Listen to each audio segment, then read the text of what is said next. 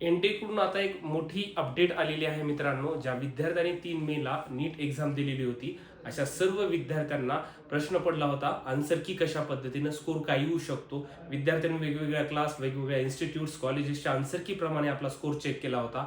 एनटीएनं सर्वात प्रथम म्हणजे आतापर्यंत जर आपण बघितलं गेल्या 5-6 वर्षापासून सर्वात एवढ्या लवकर ऑफिशियल आन्सर की पहिल्यांदा यावर्षी रिलीज केलेली आहे. खूप चांगली गोष्ट आहे. आता यासाठी त्यांनी काय सांगितलेलं आहे, मग त्या आन्सर कीनुसार आता पुढे आपल्याला चॅलेंज कशा पद्धतीने करता येते, प्रोव्हिजनल आन्सर की आहे, फायनल आन्सर की केव्हा येऊ शकते, ह्या सर्व गोष्टी सांगण्यासाठी नमस्कार, मी ऋषिकेश कुलकर्णी आपल्या सर्वांचं व्हायब्रंट ॲडमिशन गायडन्स या आपल्या युट्यूब चॅनलमध्ये स्वागत करतो. मित्रांनो, एनटीएच्या वेबसाईटवर जेव्हा आपण जातो तेव्हा आपल्याला इथे दिसेल provisional answer key of national eligibility cum entrance test 2026. ठीक आहे, आणि याच्यासाठीच हे त्यांनी नोटिफिकेशन दिलेलं आहे. तर इथे तुम्ही बघू शकता मित्रांनो की काय नोटीस मध्ये काय सांगितलं ते तुम्हाला सांगतो मी की याच्यामध्ये काय सांगितलंय. एनटीए जे एक्झाम घेतली सांगितलं provisional answer key for the question paper all series are uploaded on NTA website. मी तुम्हाला ते पीडीएफ पण दाखवतो त्यांची. Candidates can challenge the provisional answer key after the scan OMR answer sheet are uploaded on website.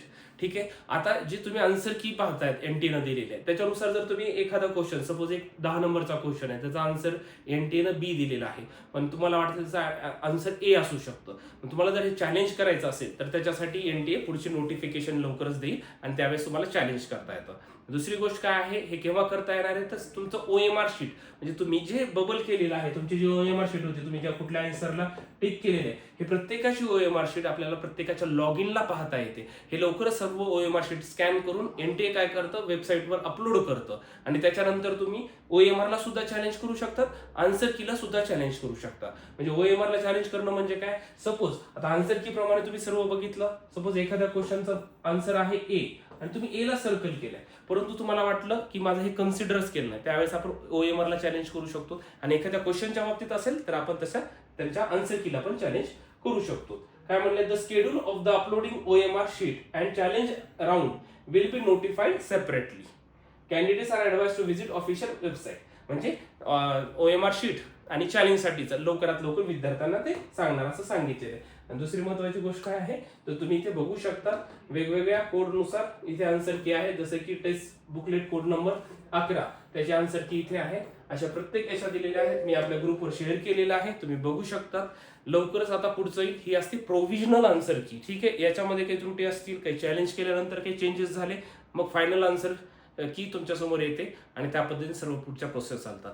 या वर्षीचे लवकर एनटीएने result म्हणजे ऑफिशियल आन्सर की लागली नाही, तर या प्रोसेसला साधारणतः दरवर्षी किती दिवस जातात, 20 ते 25 दिवसानंतर साधारणतः हे नोटीस येत असते आन्सर की वगैरे. मग चॅलेंज करायला 3 दिवस देतात आणि मग ऑफिशियल रिझल्ट लागतो. आणि यावर्षी पहिल्यांदा असं झालंय की एवढ्या लवकर एनटीएकडून ही नोटीस आली, त्यामुळे लवकरात लवकर पुढच्या ऍडमिशन प्रोसेसला देखील सुरुवात होण्याची शक्यता तेवढीच जास्त आहे मित्रांनो. ऍडमिशनला व्हायब्रंटच्या सुरुवात झालेली आहे. तुमच्या आलेल्या आता जे काय तुम्ही स्कोरचा अनुमान केलेला आहे त्याच्यानुसार पुढची काय परिस्थिती असू शकते, कोणते कॉलेज भेटू शकतात, प्रोसेस कशा पद्धतीने असते, डॉक्युमेंटेशन कशा पद्धतीने असते, ह्या सर्व गोष्टी व्हायब्रंटमध्ये सुरुवात झालेली आहे. अनेक विद्यार्थी पालक दररोज ऑफिसला व्हिजिट करतायत. तुमच्या काही शंका असतील तर व्हायब्रंटच्या तुम्ही लातूर, बीड, बारामती, नांदेड, पुणे, छत्रपती संभाजीनगर आणि नाशिक ब्रांचला व्हिजिट करू शकतात. सर्वांचे डिटेल्स मी डिस्क्रिप्शनमध्ये दिलेले आहेत. अधिक माहितीसाठी तुम्ही कॉल देखील करू शकतात. चॅनलवर नव्याने असाल तर आपल्या या यूट्यूब चॅनलला सबस्क्राईब करायला आणि व्हिडिओजला लाईक करायला अजिबात विसरायचं नाही. Thank you so much.